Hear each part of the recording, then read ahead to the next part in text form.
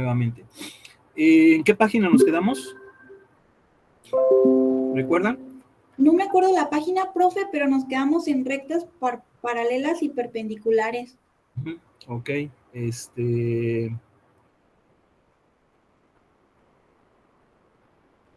estábamos viendo las ecuaciones de las rectas y no vimos entonces lo que eran las rectas paralelas ni perpendiculares, ¿verdad? No entramos en teoría en eso. No, profe, no alcanzamos ayer. Bueno, a ver, vámonos por aquí.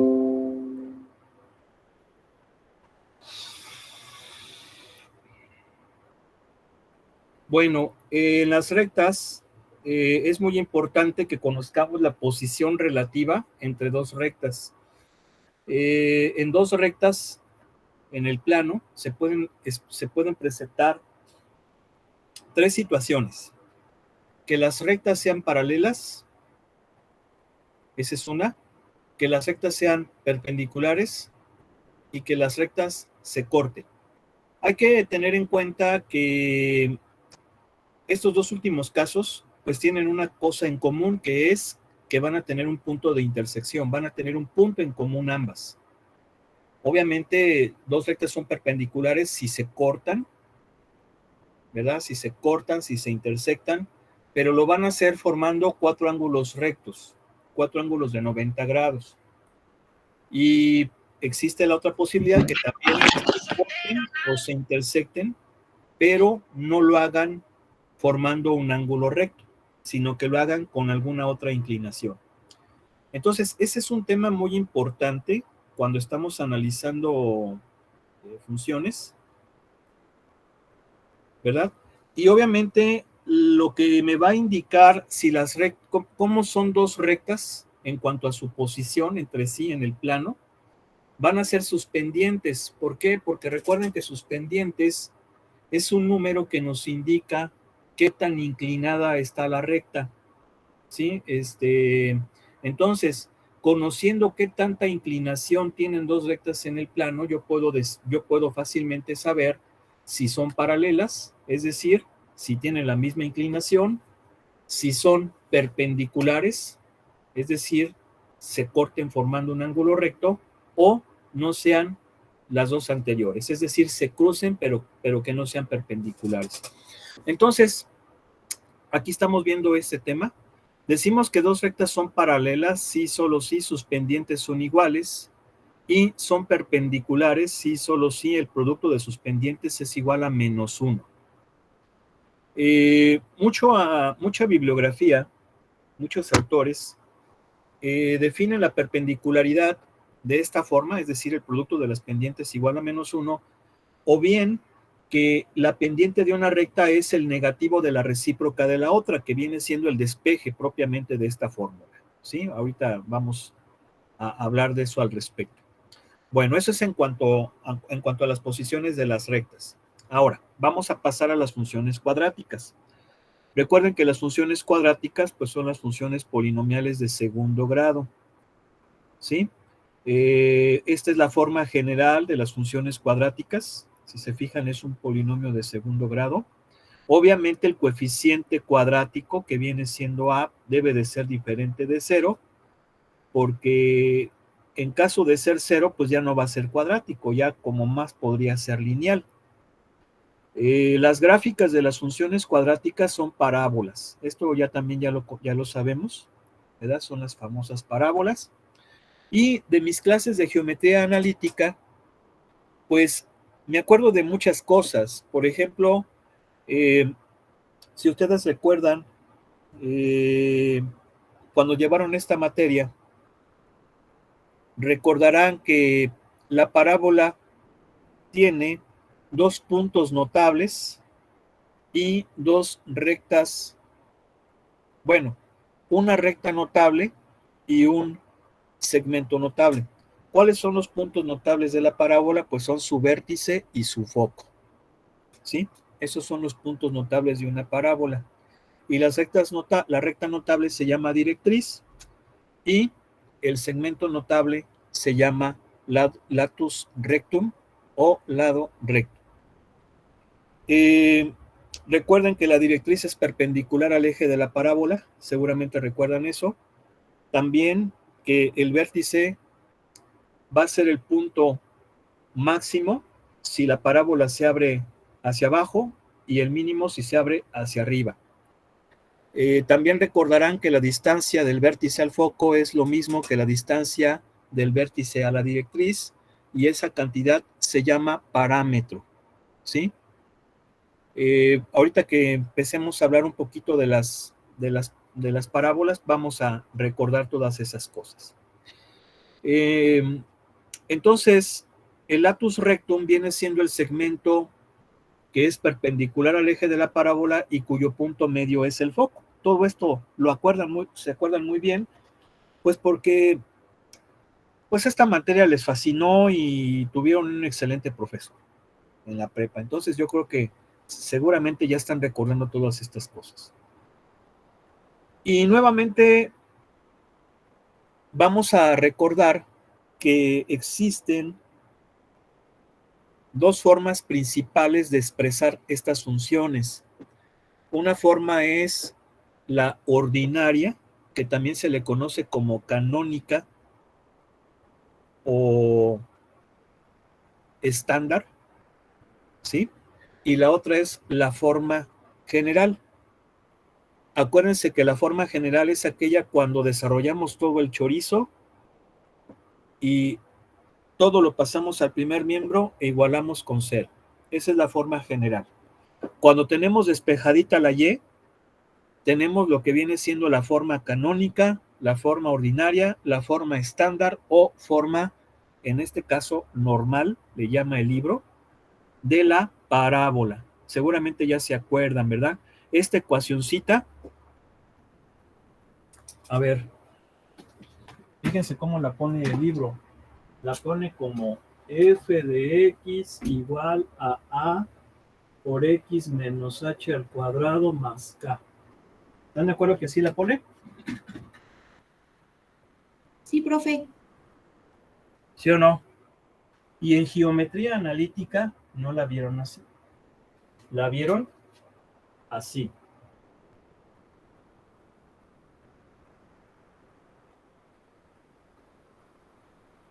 ¿Ya se acordaron? ¿Sí o no? Así la vieron en geometría analítica, ¿sí o no? Sí, profe. Pero es lo mismo. ¿Por qué es lo mismo?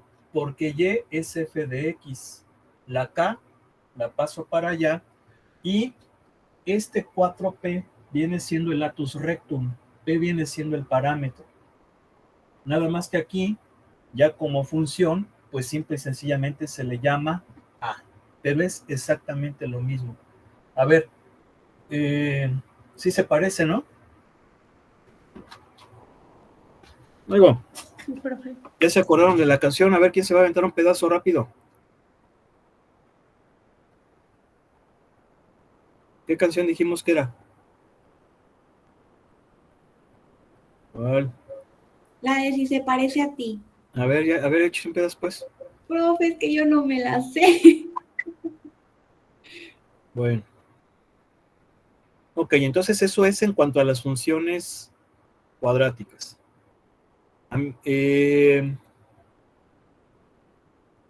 Vamos entonces a pasar ahora a las funciones polinomiales de orden superior. ¿Cuáles son las de orden superior?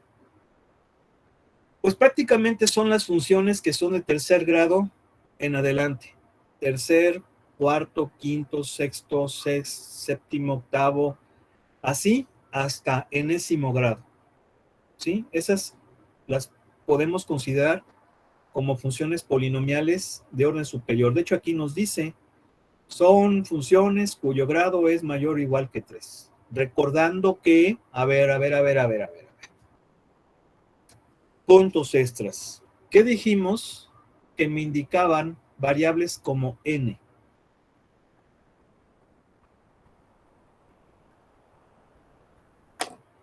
¿Quién recuerda? ¿Término principal? No. Bueno, es el grado, pero yo estoy diciendo como variable. ¿Qué dijimos que significaban? variables como n, m. ¿Qué significaba? ¿Qué son los coeficientes de las funciones polinomiales? No.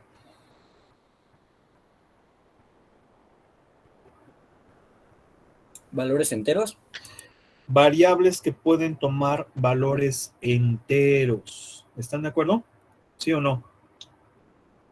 Por eso estamos diciendo que sería 3, 4, 5, 6, 7, etcétera. No puede ser ni decimal ni fraccionario. De hecho, si son fraccionarios, sería una función radical, o sea, una función irracional. Y si fuera con decimales, pues ya sería propiamente una función pues exponencial o potencial. Esas las vamos a estudiar más adelante. Muy bien, ¿quién eres, joven? Ahí me acuerdas, ¿no? Sí, está bien, profe. ¿Quién eres? Brandon Axel, ¿De dónde vienes, hijo? del CECITEC 06, profe, ¿Ese dónde está? en Candiles, en Corregidora. Ok. Muy bien. Entonces, continuamos. Fíjense bien. Ya no hay bronca. ¿Por qué no hay bronca? Porque las funciones de grado cero, a ver, ¿quién recuerda cómo se llaman las funciones de grado cero?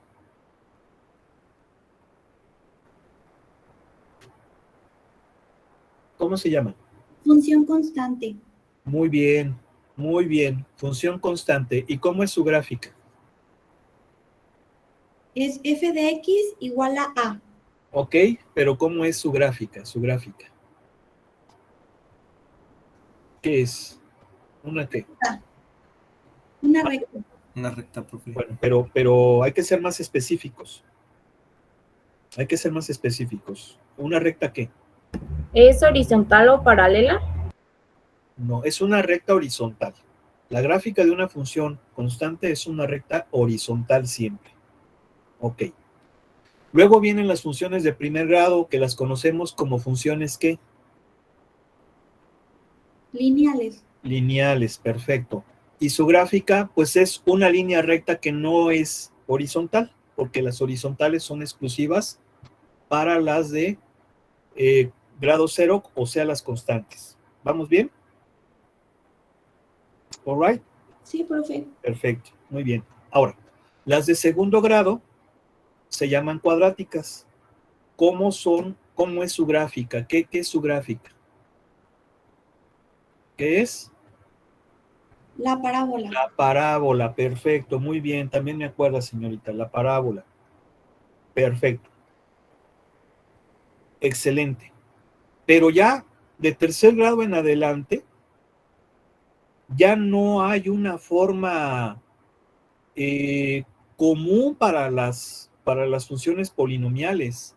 O sea, ya no hay un patrón como sí lo hay para las funciones anteriores, de decir que para la función constante va a ser una recta horizontal, que para la función lineal es una línea recta, no horizontal, y que para las cuadráticas es una parábola. Ya para las de tercer grado en adelante ya no hay un patrón, es decir, ya no podemos decir, no, pues la gráfica de una función cúbica, pues es una función que tiene dos curvitas, o que tiene dos máximos, o que tiene un máximo y un mínimo. Ya no es posible.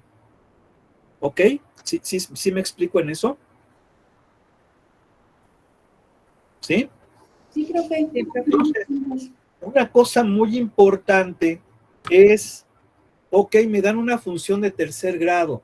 Yo no puedo conocer la forma de esa función de tercer grado porque no tiene un patrón. Sin embargo, sí puedo saber cómo se va a comportar esa función haciendo un análisis de su forma, de su estructura. Eso sí me puede permitir estimar cómo se va a comportar la función cúbica. Y eso es lo que estamos viendo en esta parte. No les estoy presentando. Sí les estoy presentando. En esta parte que se llama comportamiento final. ¿Sí? Entonces, ¿qué significa esto? Significa que yo puedo estimar el comportamiento en función de una función polinomial analizando su estructura. ¿Y cómo lo voy a hacer? Bueno, aquí si se fijan nos pone un ejemplo de una función cúbica. Lo que hay que hacer es factorizar la variable que tenga el mayor grado. Es decir, como es cúbica esa, saco el cubo de todo el polinomio, lo factorizo. Ahorita les voy a explicar cómo. Y al factorizarlo, ¿qué pasa? Bueno, que voy a hacer un análisis. Fíjense cómo, a ver, miren, les voy a explicar así, ese mismo ejercicio, para que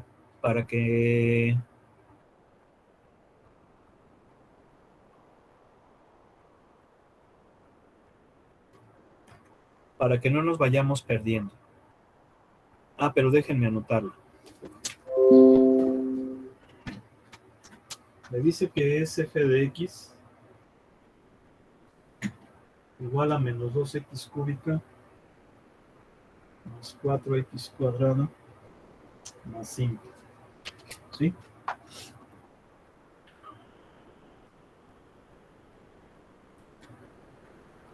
Ok. Entonces, yo tengo esta función que es función cúbica y lo que acabamos de decir es que vamos a factorizar la variable que tiene el mayor exponente, es decir, x cúbica. Entonces, factorizo x cúbica y la pregunta ahora es encontrar el polinomio. ¿Qué multiplicado por x cúbica me da menos 2x cúbicas? Pues menos 2. ¿Estamos de acuerdo, no? ¿Sí? Sí, profe. ¿Qué multiplicado por x cúbica me da más 4x cuadrada? Pues va a ser más 4 sobre x. ¿Sí están de acuerdo? Sí, profe. Sí, profe. ¿Qué multiplicado por x cúbica me da 5? Pues va a ser 5 sobre x cúbica. ¿Estamos de acuerdo? Sí, profe. ¿Sí? Bien. Ok. Ahora, ¿qué observo aquí? Lo que observo es que estos términos de este factor, o sea, tengo dos factores, obviamente, y en este factor, estos términos, acuérdense que términos son las partes de una expresión que están separados nada más por signos de más o menos. Estos términos, si x se hace muy grande, yo sé que no hemos visto límites. Sin embargo, creo que sí se entiende esto, ¿verdad? Si x se hace muy grande, mucho, muy grande, ¿estamos de acuerdo? Sí, profe. Una cantidad entre x, cualquier cantidad entre x, se va a hacer ¿qué? 0. ¿Sí o no? Por ejemplo, vamos a suponer que yo tengo una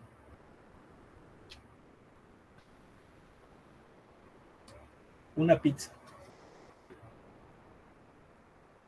Si yo la divido entre mí nada más, o sea, que yo me la vaya a comer, pues me toca toda la pizza.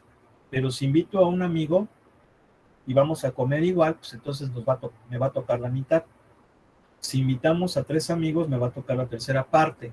Si ahora somos 4, la cuarta parte. 5, la quinta parte. 100 amigos, la centésima parte. 1000 amigos, la milésima parte. 10,000 amigos, la 10,000ª parte. 100,000 amigos, la 100,000ª parte. 1,000,000 de amigos, la millonésima parte.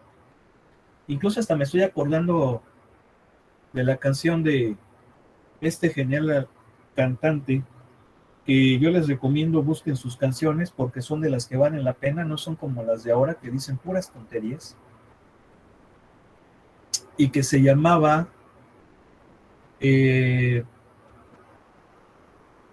Roberto Carlos. Seguramente sí han escuchado a Roberto Carlos, ¿no? Sí, profesor, claro.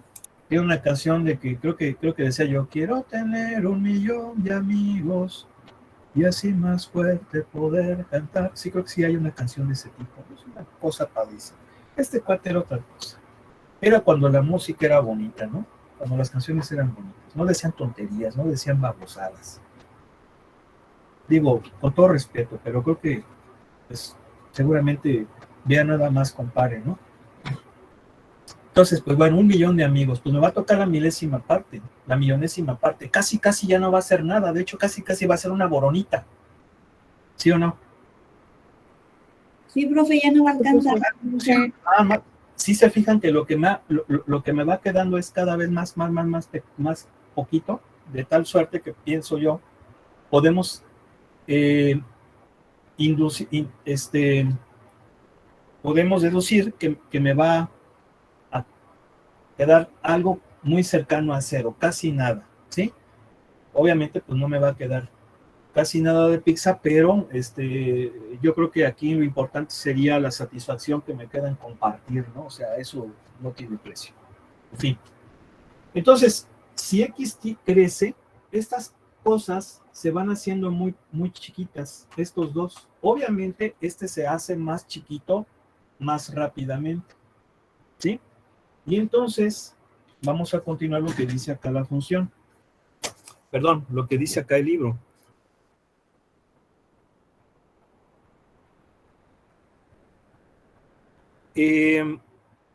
Dice, tanto 4x como 5x, 4 sobre x como 5 sobre x cúbica, se aproximan a cero tanto como se quiera conforme x se hace grande, ¿sí? Entonces prácticamente estos términos van a desaparecer y me voy a quedar solamente con menos 2x cúbica, ¿sí? Ahora, ¿esto para qué me sirve? Pues me sirve para lo siguiente. Fíjense cómo prácticamente me quedo con el término principal del polinomio. ¿Sí se acuerdan que el término principal en este polinomio de tercer grado es este? Este es el término principal, ¿sí o no? ¿Sí? Entonces, prácticamente me voy a quedar con el término principal cuando x crece, cuando x tiende a ser muy grande, y entonces nada más voy a analizar ese término principal. Y fíjense, vamos a suponer lo siguiente. Si el grado del polinomio es par, es decir, que sea de cuarto, sexto, octavo, décimo, doceavo, etcétera, grado, y el coeficiente principal sea positivo, entonces la gráfica va a tener este comportamiento, que hacia menos infinito se va a ir hacia arriba y hacia más infinito también. ¿Ok? Bien. Si el grado es par y el coeficiente principal negativo, la gráfica se va a ir hacia abajo a menos infinito y hacia abajo a más infinito. O sea que cuando x crezca, se va hacia abajo y cuando x decrezca también hacia abajo. ¿Sí? Si ahora el grado es impar y el coeficiente principal es positivo, para los negativos se va hacia abajo y para los positivos se va hacia arriba. Y si el grado es impar y el coeficiente principal negativo, para los negativos se va hacia arriba y para los positivos se va hacia abajo. Es decir, que este polinomio, ¿qué caso sería? A ver, de esos 4 que tenemos ahí, ¿qué caso sería?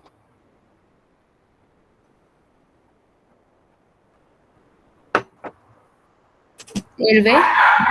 ¿El qué? ¿B? ¿B de vaca? Perdón, ¿B de burro? Sí. ¿B de burro?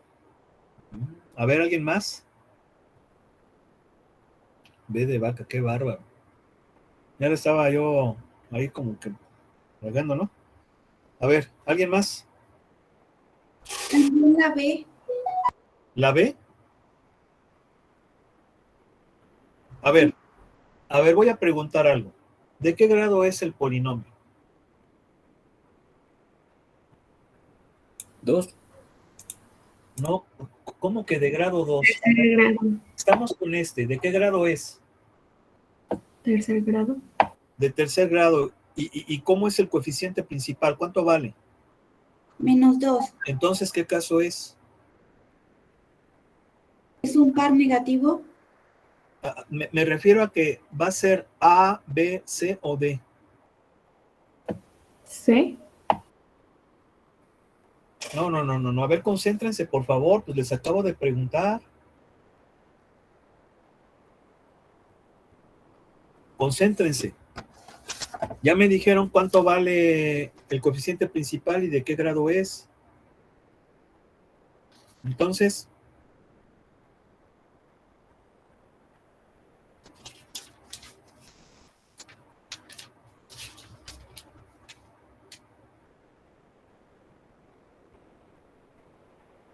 Sería la B, profe. ¿la qué? La B. ¿La B?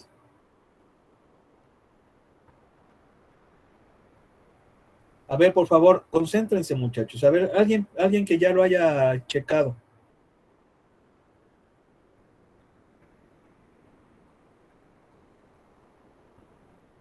Es la D, profe, ¿no? Pues es la D, diles por qué es la D, hija. Por favor. Porque es de grado impar, 3. Y su coeficiente es -2, es menor que 0. Exactamente. Entonces la gráfica va a tener este comportamiento. Para los negativos se va a ir hacia arriba y para los positivos se va a ir hacia abajo. Entonces pensaríamos que va a ser una cosa como esta. Más o menos. ¿Sí me explico? Sí, profe. A ver, vamos a ver.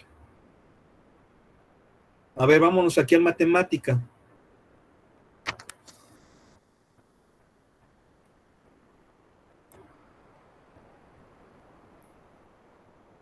¿Cómo es la función rápido? F de X. Sí, pero ya nada más pongo el puro valor de f de x, que viene siendo ¿quién? ¿-3x cuadrada? -2x Espérenme. -2x. al cubo más 4x cuadrado más 5. Ah, es -2x al cubo. Luego, 4x. Más 4x cuadrado más 5. Cúbica esta.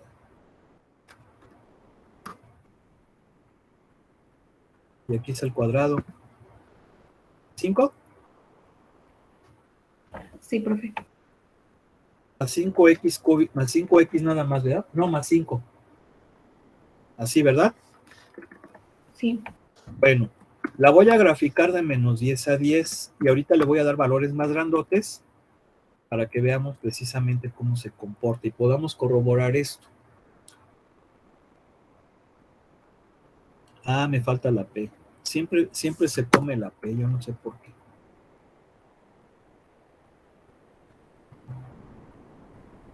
Ahí está. ¿Sí o no? Es como habíamos dicho. No oigo. Sí, profe. Ahora la voy a hacer muy, muy grande el valor de X. De -100 a 100. Y vean, es el mismo comportamiento.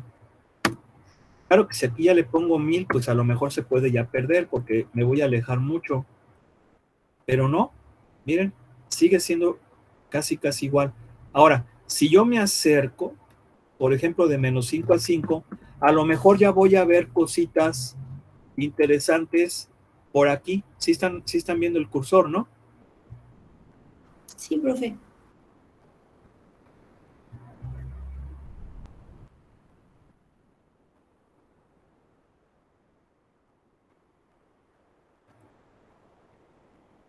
Miren, aquí como que ya se empieza a ver algo interesante. A ver, entonces me voy a acercar más. De -3 a 3. Miren, ¿ya se fijaron? Como que aquí ya empiezo a ver algunas otras cosas. Pero, pues esto es muy, muy, muy cerca del origen. A mí me importaría el comportamiento final, es decir, cómo es el bosquejo general de la función. ¿Quedó claro? No oigo. Sí, profe. Sí, profe. Muy bien. Ok, ahora, una cosa muy importante que ya también analizamos anteriormente cuando vimos el concepto de función par y función impar. ¿Sí se acuerdan o no?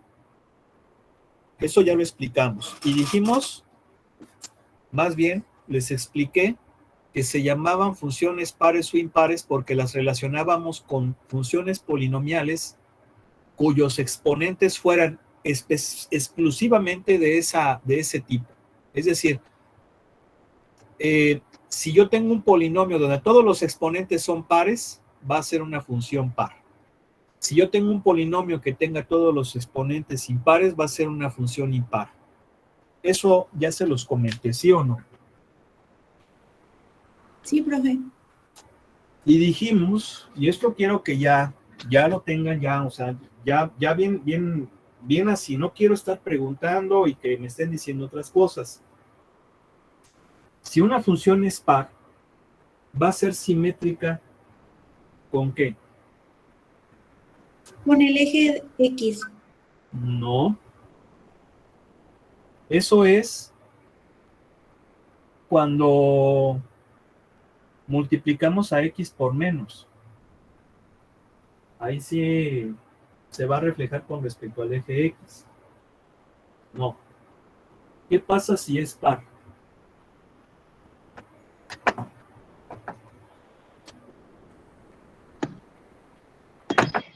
Es simétrica respecto al eje. Se cortó. De nuevo, por favor. Se cortó, mija. Que es simétrica, sí, perdón, respecto al eje Y. Con respecto al eje Y. Y si es impar, ¿qué?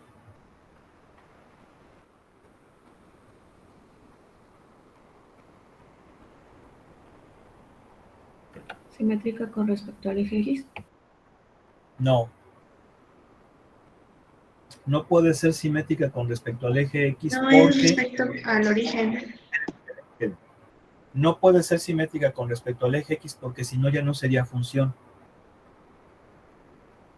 O sea, sí podemos reflejarla con el X, pero no puede haber reflexión.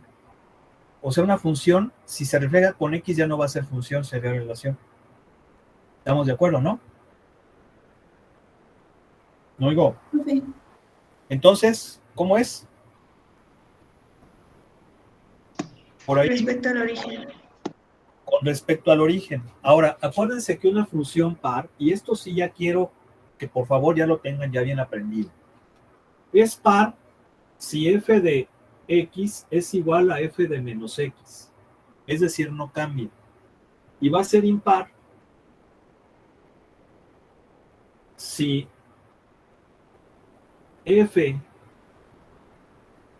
de menos x es igual a menos f de x.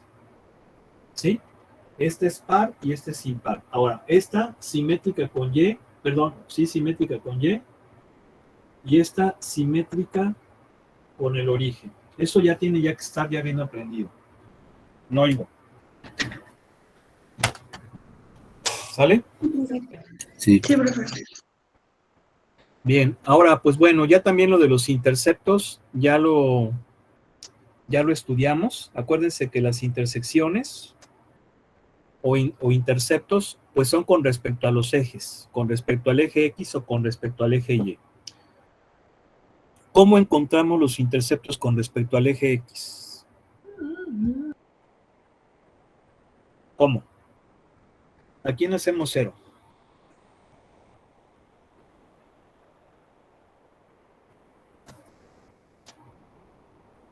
¿A quién?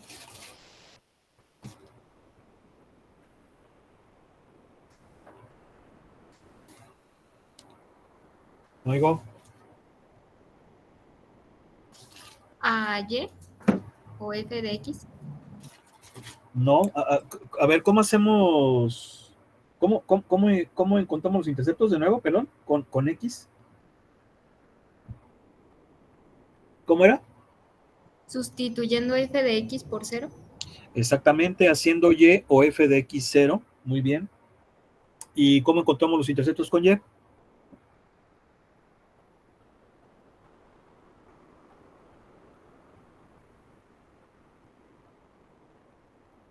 Rápido.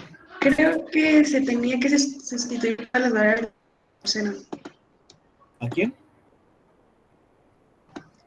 Se tenía que sustituir todas las variables de x por 0. Ok, hacer x igual a 0. Muy bien.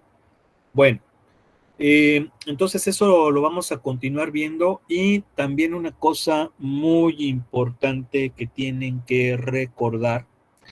Y yo sé que eso les encanta porque, ay, sí, ya sé más, ahora voy a saber esto y así, ¿no? Ya ven que ustedes son muy inquietos. El famoso teorema fundamental del álgebra. Ya se los platiqué, ya les dije que este teorema se debe al príncipe de las matemáticas que se llamaba Carlos Federico Gauss. Les voy a compartir este fin de semana, Dios mediante, un vídeo sobre este genial matemático. Y el teorema fundamental del álgebra nos dice que todo polinomio de grado n tiene n raíces que pueden ser reales distintas, reales repetidas o complejas conjugadas. Recordemos que las raíces son los ceros, es decir, las intercepciones con el eje X. Y un corolario de ese genial teorema es que todo polinomio de grado n se puede factorizar en los complejos en n factores lineales. ¿Sí recuerdan? Eso es algo que debemos ya dominarlo, tenerlo. Y es algo sencillísimo, ya no me va a dar tiempo de explicarles un ejemplo, pero por lo mientras recuerden eso, porque Dios mediante el próximo lunes vamos a verlo con mayor profundidad.